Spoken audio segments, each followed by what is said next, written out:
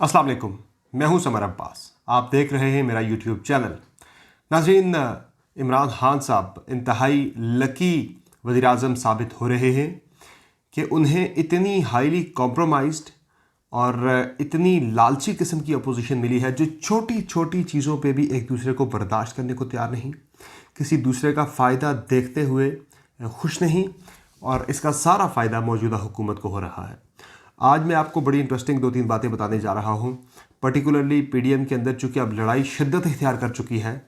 आज एक तो पीडीएम के बिहाफ पे मौलाना फजलुर रहमान पीडीएम के सरबराह हैं अपोजिशन के इत्तेहाद के, उनकी तरफ से शायद हक्कान अब्बासी साहब ने उनके बिहाफ पे पीपल्स पार्टी और अवामी नेशनल पार्टी को एक शोकाज नोटिस जारी किया, इजहार वजूद का नोटिस जारी करते हुए 7 दिन में जवाब तलब किया है कि आपके गलत फैसले यानी कि यकतरफा तौर पर यूसुफ रज़ा गिलानी को लीडर ऑफ द अपोजिशन बनाने के फैसले से पीडीएम इत्तेहाद को शदीद नुकसान पहुंचा है। आप इसकी वजाहत करें, आपने ये अमल क्यों किया। 7 दिन के अंदर जवाब मांगा गया है, लेकिन इस पे मेरी आज बात हुई शाम में बिलावल भुट्टो जरदारी साहब के साथ। वो कराची पहुंचे थे लाड़काना से ही। तो उन्होंने जो बातें मेरी उनके साथ हुई वो मैं सारी तो नहीं बता सकता, लेकिन इतना ज़रूर बताऊँगा कि शाहिद खाकान अब्बासी की तरफ से बिलावल भुट्टो जरदारी को शोकाज नोटिस जारी किए जाने पर वो शदीद बरहम और नाराज़ हैं। वो कहते हैं कि शाहिद खाकान अब्बासी साहब कौन होते हैं उन्हें शोकाज नोटिस जारी करने वाले, उनको कोई इख्तियार नहीं, और ये जो इक़दाम है ये यकीनी तौर पे पाकिस्तान पीपल्स पार्टी को इश्तियाल दिलाने के मुतरादिफ है। और उन्होंने इतना कहा कि अब तक तो वो पूरी कोशिश करते रहे कि अपने ख़ुद भी कोई ऐसा बयान ना दें जिससे पीडीएम में कोई लड़ाई हो, इत्तेहाद को नुकसान पहुँचे, और अपने पार्टी के दीगर रहनुमाओं को भी पाबंद किए रखा, रोके रखा कि ऐसा कोई बयान मत दिया जाए जिससे पीडीएम इत्तेहाद को नुकसान पहुँचे। लेकिन साथ वो ये भी कह रहे थे कि अब शायद मेरे लिए मुश्किल हो जाए कि मैं मज़ीद उन्हें रोक सकूं किसी किस्म की बयानबाजी के हवाले से, किसी किस्म के सख्त बयान देने के हवाले से। बहरहाल बाकी जो बातें हुई वो मैं शेयर नहीं कर सकता, ज़ाहिर वो I have to keep that off the record. लेकिन यह है कि उनकी पॉलिसी यही है, पीपल्स पार्टी की हिकमत अमली यही है कि जो पीपल्स पार्टी का सीसी का इजलास है, सीसी के इजलास के बाद तमाम जो डिटेल्स हैं वो सामने आ जाएंगी। जो होने जा रहा है सीसी का इजलास पीपल्स पार्टी का, उस सीसी इजलास में ये तमाम मामलात जो हैं वो रखे जाएंगे। एक तो इस्तीफ़ों का मामला, दूसरा पीडीएम की तरफ से शोकास का मामला, और तीसरा जो पीडीएम की तरफ से नून लीग और मौलाना साहब एक तरफ हो गए हैं और पीपल्स पार्टी को शदीद दबाव में लाने की जो हिकमत अमली इख्तियार की जा चुकी है उस पर कैसे रिस्पॉन्ड करना है। ये तमाम फैसले पाकिस्तान पीपल्स पार्टी की सीसी के इजलास में होने जा रहे हैं। बड़े इंपॉर्टेंट डिसीजंस होने हैं। तो उसमें एक चीज़ तो बड़ी वाज़ेह है कि पीपल्स पार्टी ने जो टाइम मांगा था कि लॉन्ग मार्च से पहले इस्तीफ़े देने वाला, उस पर तो पीपल्स पार्टी इस्तीफ़े नहीं दे रही, ये बात बड़ी क्लियर है। दूसरी चीज़ ये है कि पीपल्स पार्टी इस शोकाज नोटिस को भी, चूँकि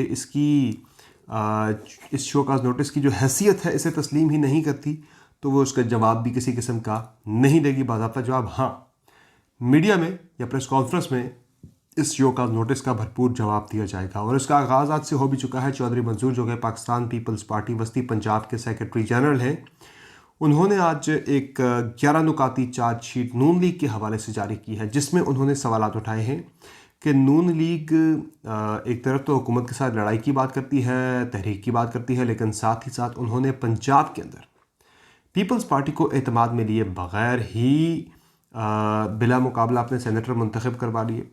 दूसरा, उन्हें इस बात पे भी एतराज़ है पाकिस्तान पीपल्स पार्टी को कि लॉन्ग मार्च, चौधरी मंसूर ने यह सवाल उठाया है कि लॉन्ग मार्च इतना बड़ा इवेंट होने जा रहा था, उससे पहले किसी किस्म की तैयारी, कोई मीटिंग्स, कोई इंतज़ामात के हवाले से किसी किस्म की कोई मीटिंग या इजलास नहीं बुलाया गया।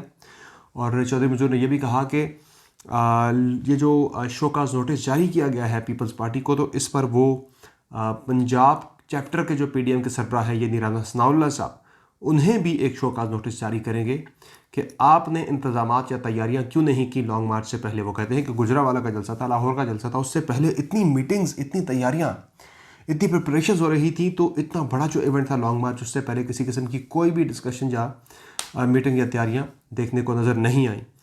और इस पर भी मांगा जा रहा है। फिर वो ये भी कहते हैं कि आपने किस तरह से अब्बास अफरीदी साहब जो हैं वो उन्हें मना किया गया, लेकिन फिर भी वो सदर के इलेक्शन लड़े खैबर पख्तूनख्वा से।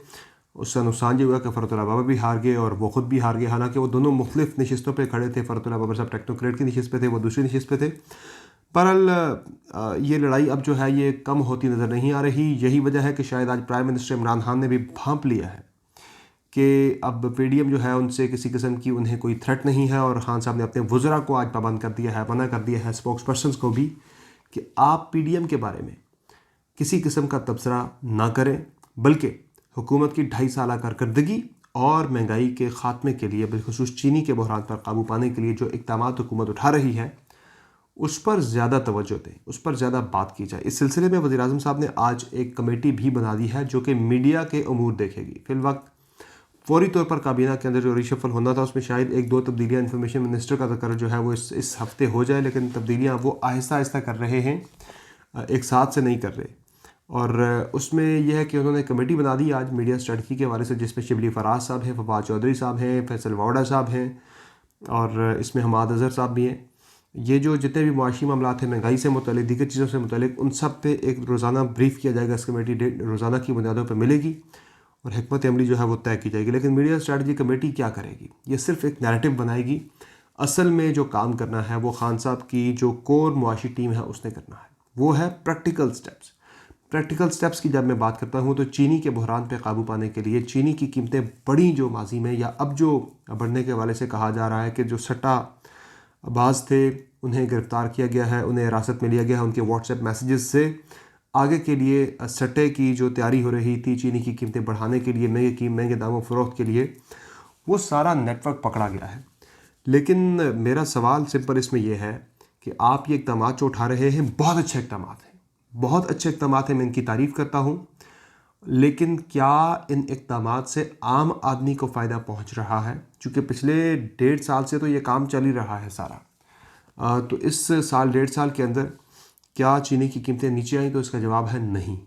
चीनी की कीमतें बढ़ती जा रही हैं। पंजाब के अंदर आपने गैर ज़रूरी तौर पर, गैर मंतकी तौर पर आपने पंजाब में कीमत जो है वो 85 रुपये मुकर्रर कर दी एक्स फैक्ट्री। तो उसमें अब जो आगे दुकानदार हैं उन्हें ये कहा जा रहा है कि भाई आप एक्स फैक्ट्री क्या, सॉरी, दुकानदारों के लिए रेट फिक्स किया गया 85 रुपये। अब दुकानदार ये कहते हैं जब हमें चीनी मिली 95 रुपये के लिए तो हम 85 रुपये की कैसे फ़रोख्त करें? तो उसका नुकसान ये हुआ कि लाहौर शहर के अंदर आज चीनी शॉर्ट हो गई है, चीनी नहीं मिल रही किसी को भी। दुकानदारों ने चीनी गायब कर दी। वो कह रहे हैं हम बेचें कैसे 95 की लेके 85 की, 10 रुपये अपना नुकसान करें। ये हैं जी मैनेजमेंट के हालात। इस तरह से चीज़ें कंट्रोल नहीं होंगी। आप जितनी मीडिया कमेटीज़ बना रहे हैं, मीडिया स्ट्रेटजी कमेटीज़ बना रहे हैं, आपको प्रैक्टिकल स्टेप्स उठा के चीज़ों की कीमतें कम करनी पड़ेंगी। चीनी के साथ जब मैं बात करता हूँ अगली, वो है ऑयल की, कुकिंग ऑयल की, पकाने का तेल जो है नाजरीन, जब से तहरीक इंसाफ इक़्तिदार में आई है 2018 में, इस तेल की कीमत थी 170 रुपये पर लीटर। आज पकाने का तेल का जो पैकेट है 1 लीटर का, वो 285 रुपये तक पहुंच चुका है। यानी 115 रुपये पकाने के तेल में फ़ी लीटर के हिसाब से इजाफा हुआ है।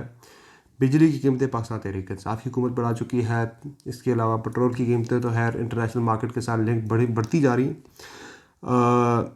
इस महीने थोड़ा सा 1-1.5 रुपये की कमी वाक़ई हुई है, लेकिन बिजली के अंदर बढ़ रहे हैं। गैस की कीमत में 250% तक का इजाफा कर चुके हैं, लेकिन सर्कुलर डेट जो है, गर्दिशी कर्जे जिन्हें कहा जाता है, वो बढ़ते ही जा रहे हैं, कम नहीं हो रहे। आवाम से इतना ज़्यादा उन पे बोझ डाल के वो कम नहीं हो रहे। तो इस पर गवर्नमेंट को मीडिया स्ट्रेटजी ज़रूर बनाए, लेकिन साथ साथ उन्हें हालात भी मुल्क के ठीक करना पड़ेंगे, प्रैक्टिकल स्टेप्स उठाना होगा, अपनी तरजीहात ठीक करना होगी।